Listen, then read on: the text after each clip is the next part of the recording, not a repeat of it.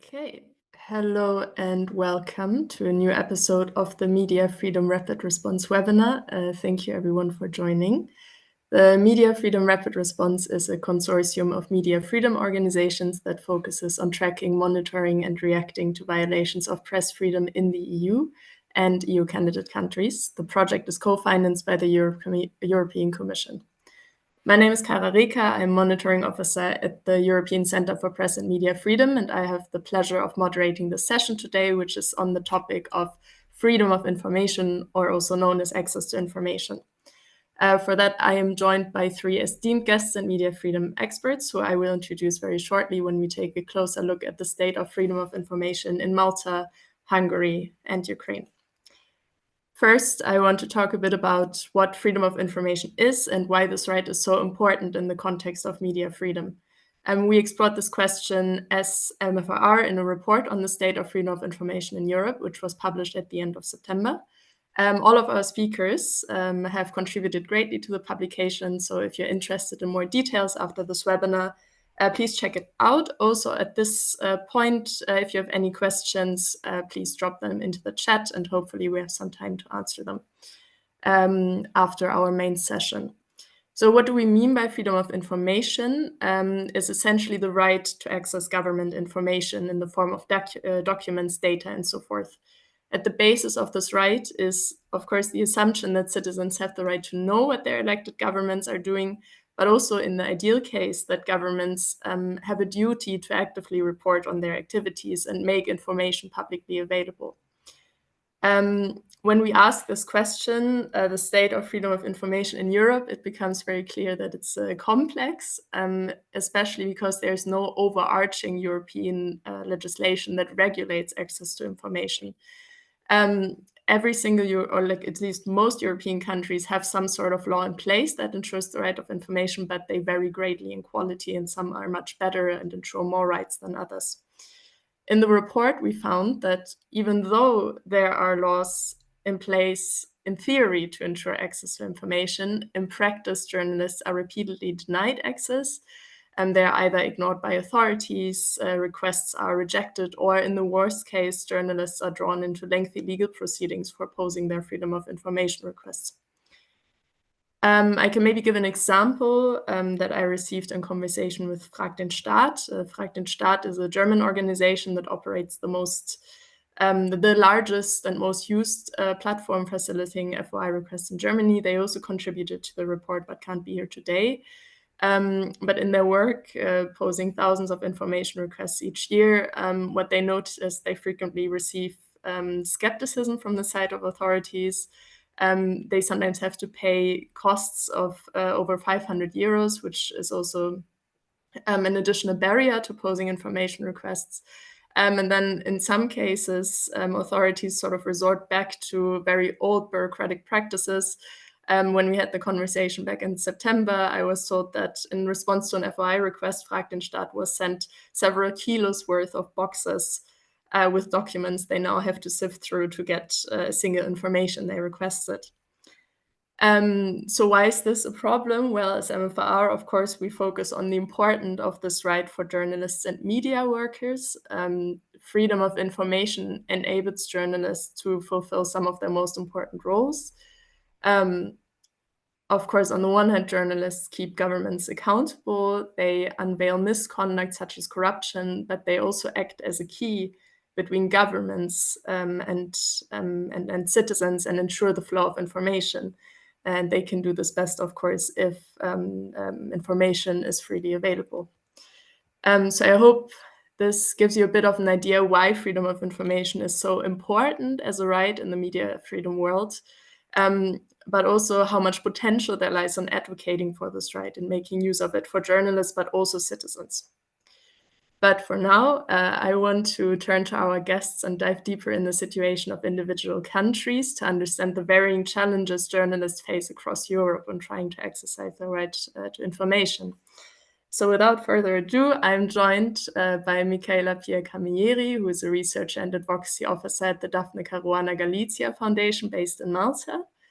Then there's also Galina Petrenko, director and editor-in-chief at the NGO Detector Media, based in Ukraine, and Tamas Bodoki, director and co-founder of Atlazo, and an investigative journalism platform based in Hungary. So I will start with you, Michaela, because I also know that you have to leave us a bit sooner. My first question to you is, to start off, would you maybe like to share an example where the Daphne Caruana Galizia Foundation has been denied a freedom of information request, which can also maybe exemplify a bit the state of freedom of information in Malta? Yes, of course. If you don't mind, I actually have two examples that I'd like to share today instead of one, because since writing the report, we have we've had a bit of an update about in the situation. Somehow things have worsened slightly, so um, authorities are using new tactics, and we've observed this in one or two instances whereby they ignore FOI requests by simply not sending a rejection letter, which is obligatory according to law, according to our Freedom of Information Act. So by not sending a rejection letter, we have to refer to the IDPC, so the Information and Data Protection Commissioner of Malta, which is like the final resort for us. And in this way, since we have to go to the IDPC rules on the fact that they never sent a rejection letter and not on the merits of the case. So that further extends the process even longer for us. Because then we'd have to go back to the authority because the IDPC orders it. And then the authority issues its decision, and then they might reject it, and then we'd have to go back to the IDPC and possibly to court. So that's a new complication we're having to face in Malta right now. We also had a case which took us 2 years that's really exemplified the freedom of information situation in Malta. It was a case about a document concerning a presenter for the Malta Film Festival, like this film festival we do every year. And they hired an artist from abroad to present. And just to get his contract of employment, we had to go through 2 years of even court litigation just to access it. A strategy they used to do this was to cite an NDA agreement, which is a loophole they use, and they have been using even in subsequent FOI requests that we file. So yeah, I don't know if that's that covers the situation, but I think it's pretty clear. No, thank you. I'm already hearing some challenges that Maltese journalists might face. You said NDAs, you said court proceedings, but are there any more that you have experience with when you address FOI requests to Maltese authorities? I mean there are many different ways. So I think one of the biggest problems we have is just the delays, the delaying tactics used. So for example, we have a 20 working day period for the authority to reply. Excuse me, I'm getting a call on a different app. I hope that didn't interfere. So we have a 20 working day limit for the authority to reply to a request. And they usually send an extension of that FOI of that limit, which is another 10 days or 10 working days, I can't remember correctly, and then they reject it at the very end of it. So they constantly they constantly use to their advantage these deadlines. And extend this as much as possible with them. And then there's also another tactic that is used, which is it's ingrained in the FOI Act, which is the internal complaints procedure. So it's sort of an internal appeal with the authority itself, right? So Basically, we can send a complaint to the authority. We have to actually send a complaint to the authority when they do not reply to our request or where we do not agree with their decision. However, the problem is that the same request is dealt with by the same FOI officer practically, because a lot of the authorities in Malta would only have maybe one or two FOI officer. And sometimes we have had cases where the authority doesn't even know who the FOI officer is, or like when we contact them, they're like, "Oh, let me figure something out." Like they wouldn't even know how to deal with that with that freedom of information request. What else? I mean, like there are other ways of restricting access. Like for example, we have journalists in Malta who aren't Maltese or haven't been residing in Malta for 5 years. So, for example, we have journalists who, have been living in Malta for 3 years, 4 years. They wouldn't be able to apply because you have to be a resident of Malta. They wouldn't be able to make a request because you'd have to be a resident of Malta for at least 5 years to to file one. Yeah, I don't know what else. Let me see. Yeah, I think that covers quite a bit.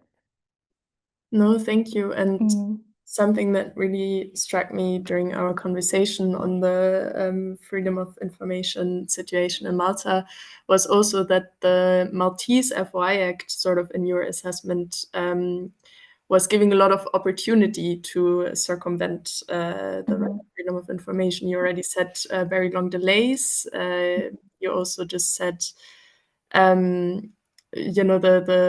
thing with the FOI officers in different authorities. Are there other sort of loopholes that you would like to highlight? um, Let me see what comes to mind. Mm, I am trying to remember because we have quite a lot of different methods used, and right now not many are coming to mind. Um, let me One see. question that is also Yep. interesting is maybe the Hmm. appeals mechanisms in Malta. Hmm. Do they Hmm. function in your experience? So I feel like the only way for us to really gain access to certain information is through appealing at the end of the day to the Information and Data Protection of Commissioner. That is ultimately how we get a lot of documents because the authorities would be so adamant on not sharing the information that ultimately for us it feels like going through the authority through those 20 days, 30 days, or however many, sometimes months, because working days means the weekends don't count. So um, that further extends it. For us, it all nearly feels unnecessary because we already know that it's going to be rejected by the authority, that we're just waiting until we can finally apply to the Information and Data Protection Commissioner, because that's where ultimately we feel like we get a fair decision. Of course, not all might be accepted, but most of the time they are. So for us, it feels like, yeah, it feels um, feels a bit intentional. Um, yeah, appeals are ultimately what do get us the document. However, it also doesn't justify how long it takes to get a decision. Like 2 years for a document means that information might be irrelevant by the time it comes out. So yeah. Thank you. And maybe one last question. It's more of a Mhm. general one, but maybe there's also opportunity to highlight aspects about FOI in Malta that haven't come up yet. But why Mhm. would you say this right is so important for Maltese journalists? Ultimately, it's the only way we can really get access to certain documents. For example, recently there was a a very important document which came out on on giving away a particular piece of public land. And this document revealed that they had severely underestimated the actual price of this land. So had that document not been released through an FOI that a particular newsroom filed for, we would have never gained access to this document. It would have been hidden under piles and piles of paper for forever, probably.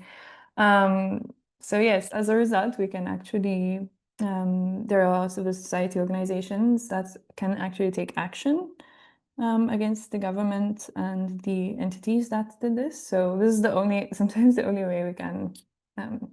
It's also a great way of putting into action journalists' work and ultimately advocating for change for civil societies to advocate for change through this release of information. Thank you, Michaela. We're now looking towards Hungary. Tamas, I've already briefly introduced you, but again, you're a journalist and also director and co-founder of Atlazo. Atlazo is, I think it's safe to say, the biggest independent journalism platform that also facilitates FOI requests to Hungarian authorities. What challenges do you encounter in your work most frequently when you pose FOI requests to Hungarian authorities? Hello, everyone. Thank you for inviting me to this webinar. So, Atlas was established in 2011, so 15 years ago. And at that time, a lot of people were not aware of the freedom of information laws at all. So only a handful of journalists and lawyers used the FOI to get information from state organizations. And our ambition was to popularize this possibility a bit because the laws have been in place for a decade at that time. So we wanted to make it known for citizens that this is a possibility and any citizen can use this. And that was the reason why we started this platform, which is similar to the Fragdenstat you mentioned earlier. So basically anyone can register and then they can file requests and the system will attach the proper legal formula and also the questions and the replies will be public.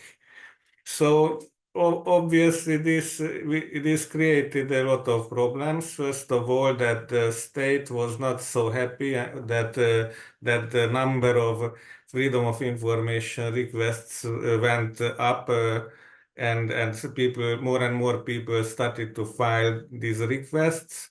Now I guess we are around like 25,000 requests filed, yeah, or through this 14 years, but it's much more than there were earlier. So first, the state started to attack this platform with hostile rhetoric. That they said that this is an abuse of law, abusive requests. They even modified the law to make it possible for the state organizations to deny requests by labeling them abusive, which was not really specified what abusive means. So usually, if it's too large scale, if it is not specific enough. And also the other step was they introduced the fee on the request. So state-run organizations started to charge a fee for answering these requests. And then obviously some politicians started to say nasty things about the platform, especially if some incriminating information was coming out about them over the platform. So I would say that the main problem was that the state did not like this platform and still does not like it. And then at the end, like in last year, they started to talk about foreign influence and even spying. So they accused us that we are filing these requests and the citizens are filing this request to collect data on behalf of foreign powers and all this bullshit. Thank you, Tamas. I think you touched a bit on something I also had in mind when we talk about freedom of information in Hungary. As MFR in general, of course, we've been concerned about the media freedom situation in Hungary, particular the foreign agent law that was proposed and the vote has been postponed, and also the so-called Sovereign Protection Office, which threatens media freedom, which also had a particular eye on Atlas. So can you maybe elaborate a bit how this had an impact on exercising the right of freedom of information from your work? Yes, so the law is the same, so we are still able to file these requests, and also the citizens are able to file these requests through the platform. But in the last year, the newly established Sovereignty Protection Office basically launched a propaganda attack on Atlas, so including the FOI platform. They are supposed to deal with foreign influence in Hungarian public life, but what they did was when they started, the first two targets were Transparency International Hungary, so an anti-corruption NGO, and Atlas, also an anti-corruption investigative journalism platform.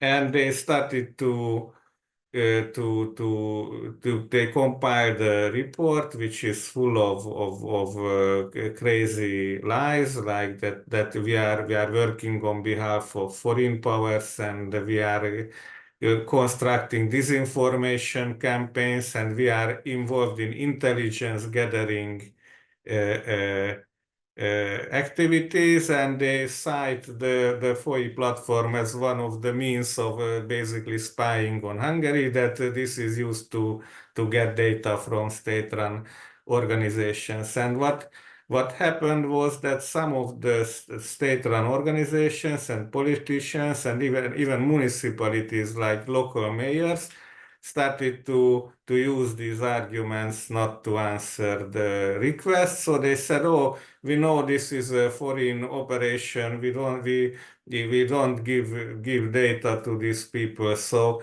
basically, this provided those who are reluctant to answer a request with some ideology. Why not answer? And has the situation always been this dire? Have you seen sort of a development over the years? Yes, this kind of rhetoric started more than 10 years ago, and first it was only used by the pro-government propaganda press and some government-aligned NGOs, and it was only in media. But I think this is a level up when the state created a state authority, which and these accusations are made by the state now, not some propaganda organizations, technically. So I think this is much more serious. And they also introduced the law this spring that would enable this so-called Sovereignty Protection Office to blacklist organizations based on perceived risk of Hungarian sovereignty, whatever it means. And that would mean that these organizations would be blacklisted and cut off from any type of foreign funding and also domestic tax offerings. So these are typically a significant part of any non-profit budget in Hungary. So this would give sanctioning power to the Sovereignty Protection Office, and they could bankrupt organizations.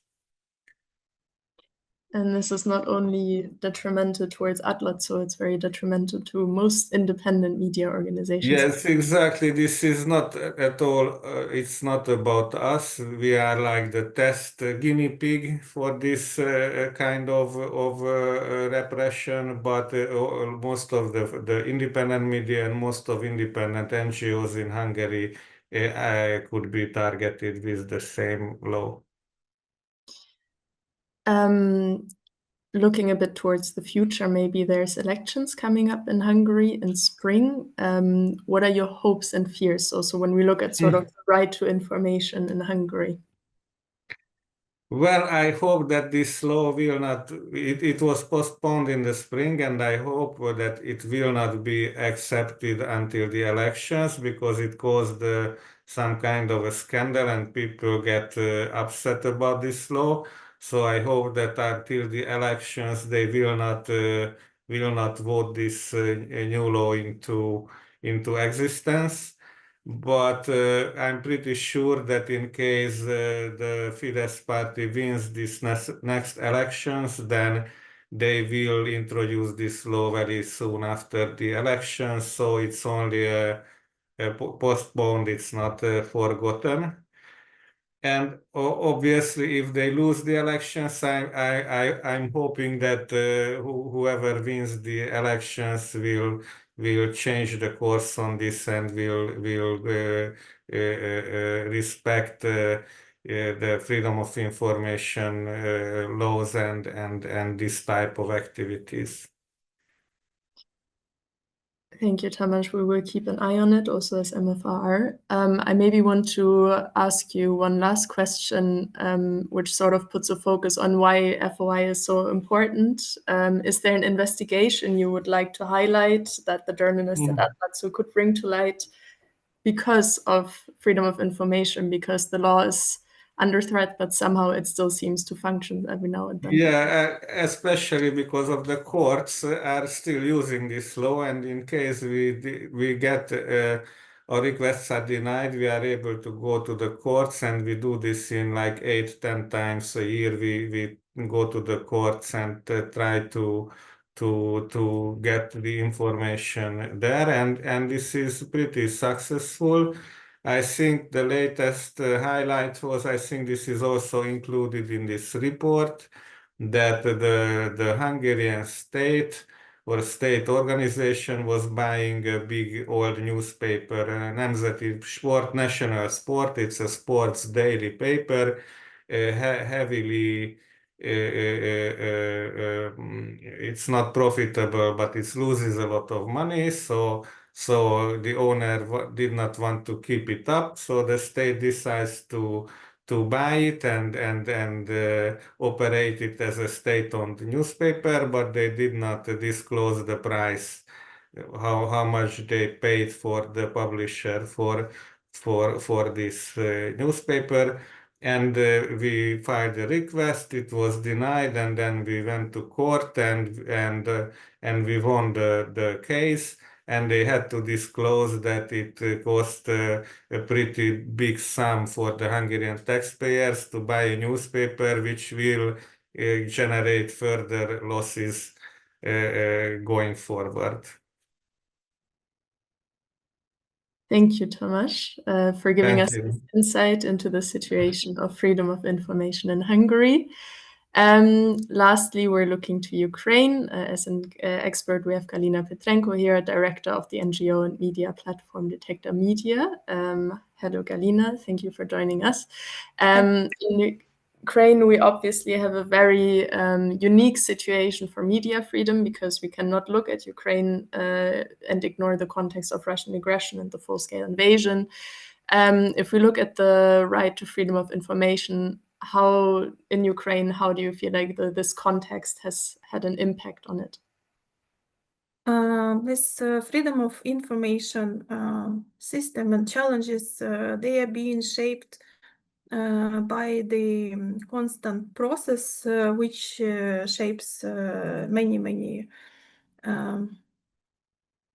issues in our life. I mean, we are constantly looking for the balance between national security and freedom of media. This is absolutely natural process. It's clearly understandable. And we recall, of course, like from the very beginning of full-scale invasion, from the very first day, it was very intuitive intuitive decision of our governments to close the access to information, and it was not challenged by the society, by journalists. We all understood why they did it. It was supported, but also I recall like pivotal moments in all this process. It was maybe 1 year after full-scale invasion. And some of our very respectful investigative journalists team, they did an investigation about possible corruption in the military procurement.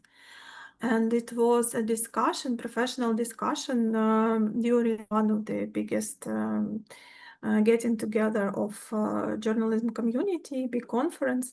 It was a question if it's a good time during full-scale war to discover such cases of corruption in military, especially military procurement. It was a question if it helps us to win or it does not allow us to win. And it was a full like consensus of all journalistic community that yes, it makes sense during the full-scale war to discover corruption issues in military sphere, because it helps us to become stronger and it helps us to win the war. Since that time, government started to reopen some open data registers, sources of information. And currently it's constant process of this push back and forth between the government and the journalistic community and civil society. We constantly try to really find this good balance, because the government tries to close some access. So maybe not all information, but let's close the information about military related companies. And on the opposite side, journalists, civil society always keep an eye on what can be restricted at the minimum level, just for necessity of defense, but not more. Thank you. I should mention that when we looked at sort of the European FY laws, Ukraine actually has one of the most high quality ones, so it's one of the best. And at the same time, on the Mapping Media Freedom platform, most rejected FY requests we were able to document were from Ukraine, and a lot of them were denied sort of with this reference to martial law, as you said. So this also really reflects this experience of granting freedom of information, you know, in times of war. In our conversation that we've had in September, you also mentioned this link between anti-corruption efforts and sort of the resistance of the government to answer FI requests. There were also protests in the summer in response to the government's efforts to dismantle some of the powers of anti-corruption agencies. Would you like to elaborate on this a bit more? Actually, it refers to the question how we can prove that it's needed constantly to protect this freedom of information. Because our government made this attempt this summer to restrict the independence of anti-corruption bodies, NABU and SAPO, which, as you mentioned correctly, led to public protests in the streets of Ukraine. It's also, by the way, very unusual because during martial law, imagine any country to have protests. So they were not, let's say, these protests were allowed by the government to do this. You understand that during martial law, you can just deny any protest in a second. They were allowed. They were a bit even protected by the government. These protests, I mean, because when a lot of people are getting together in the streets, imagine that just those military servicemen who are responsible for mobilization, for giving summonses, they could just to come to check the documents, but we never had in any city, we never had any attempts of the government, for example, to push against the protesters in such a way, so to use somehow military stage. No. The government even reacted. So if the society, especially younger generation, if they are against all the restrictions on anti-corruption bodies, because people claim that we are fighting in this cruel war just to be part of European community, to be a fully democratic country. So the government did a step back and withdrawn that legislation.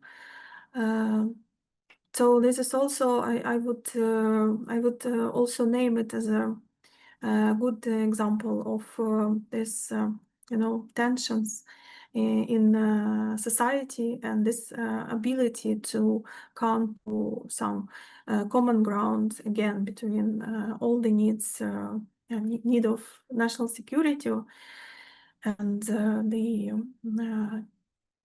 will to join fully the European family. Thank you so much for these insights. If we look more practically from your experience as a journalist, as director of Detector Media, when you pose FOI requests to Ukrainian authorities, what are the sort of challenges that you encounter most often?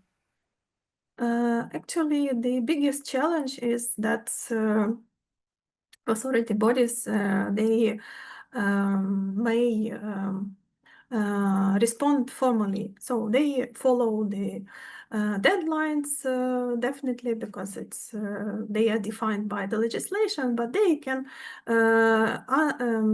send you empty respond just without any information and data that you request from them. Actually, it's not a Ukrainian, not a popular practice among Ukrainian journalists, for example, to go to the court in such cases. Our way is rather to find like additional sources of information, open data, or the usual journalistic work. By the way, people really do not realize how many digital data they live everywhere, all across all the registers, because it's even an example from today.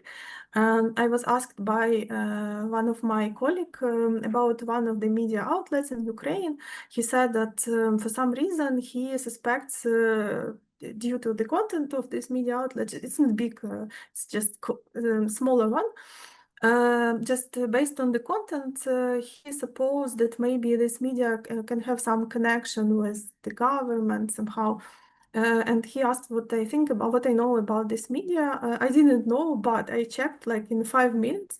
I found out the name of the owner of this media in open data sources, and I found out that this person, already being an owner of this media, submitted a declaration of revenues as a staff member of Security Service of Ukraine. So he is definitely a public servant, even in this national security sphere. So the answer, yes, the suspicion was correct.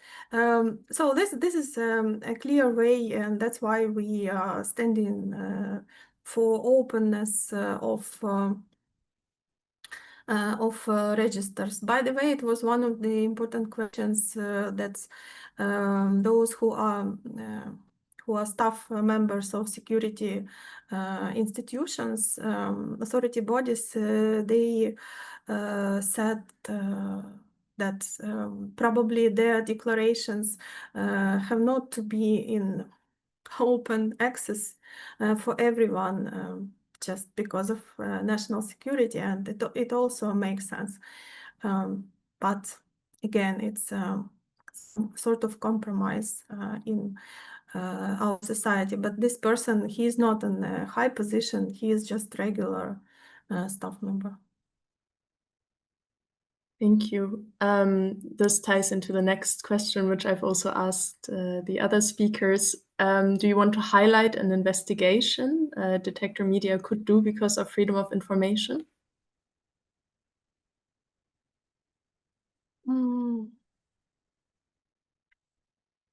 Actually, a lot of investigations. So our focus is always media outlets, and for example, we were doing. We have very vibrant sector of gambling industry in Ukraine. We have some brand new regulation. They have to be registered, they have to be official, they have to be understood, clearly visible for the government. In this case, they can work, in otherwise there is some gray zone. And also there is a big question about advertisement, which is allowed and not for gambling industry, and also the some connections.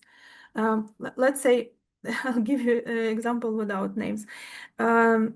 One media outlet started to defend, for some reason, one gambling company and gambling industry as a whole. It was interesting, it was remarkable, but again, using freedom of information tools, we found out that they have same owner, this media outlet and this exact gambling company.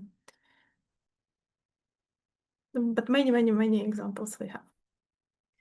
No, thank you. I think it's always a good way to show how investigative journalism has benefited from freedom of information by giving concrete examples. Okay, one last question to you. Are there any recent developments in regards to freedom of information you would like to highlight that have happened in Ukraine over the recent month, maybe also since the report has come out? We restored, it was mentioned in your report, we restored from mid-September live broadcasting from the parliament, which was stopped on the first day of full-scale invasion, again because of security, because constantly people who are responsible for security of members of parliament, they were saying constantly that, we cannot do it on this live broadcasting, because in this case Russians will understand the exact time when all members of parliament are all together in one building, and it's not allowed under Ukrainian legislation to have these official meetings of the parliament outside the official building. So it really creates a huge danger for all members of parliament at the same time. But yes, it was reasonable, but members of parliament, they are political animals. They need publicity, and before it was allowed to media representatives to broadcast, they themselves started to broadcast themselves, on TikTok lively, and it did not make sense to deny access for media, so it was restored. But currently, what's brand new in this sphere, there is an expert working group on transparency of parliament. It is high-level process, because there is officially created by the members of parliament, by specifically the Committee on Freedom of Speech in the parliament, this initiative how to make the parliaments more open for not only for journalists but for general public, but also taking all these issues also into account that we have. And they invited like 15 experts from civil society, and we really had the chance to propose what we think how to improve the transparency. It's not only these official procedures of response on requests of journalists and response on requests of citizens, but also how to improve the work of website of the parliament, because again, many information can be open sourced. It also like lifts the pressure on communication teams of the parliament, because many information can just be freely available for without any additional request. It's about improvement of internet website representation of parliament committees and their work again in real time. And it's in the process, this work of working group. So we created a set of proposals, and we discussed it and passed to the members of parliament, and we are quite positive about their openness to accept I think the majority of the propositions. Of course, our maximum request is to allow to come back for the journalists to the backstage of parliament, because now journalists are allowed to enter the parliament, but only in the specific zone where you cannot get free access to every member. They only, if they want to talk to you, only in this case you can talk to them. This is a maximum demand, but also there are so many tiny improvements that can be done to make the parliament more transparent. Thank you, Galina, also for this update on more recent developments. I think this is always really interesting. Thank you so much for your participation in this webinar, to the report, also to the other speakers, Tamas and Michaela, for giving insights into the situation in these very individual and different countries, Malta, Hungary, and Ukraine. I think it shows very well that it's very difficult to talk about the overall situation of freedom of information in Europe, and that it's important to zoom into the different countries, consider context, political developments. I think it also showed how important it is to also speak positively about how much we can gain as journalists and media freedom advocates from the freedom of information, the amazing investigations that were made possible through accessing government informations really drove this home. And with this, I think I want to also thank the audience. Thank you for participating, for dropping by. And then I'm wishing everyone a good rest of your afternoon. Thank you very much.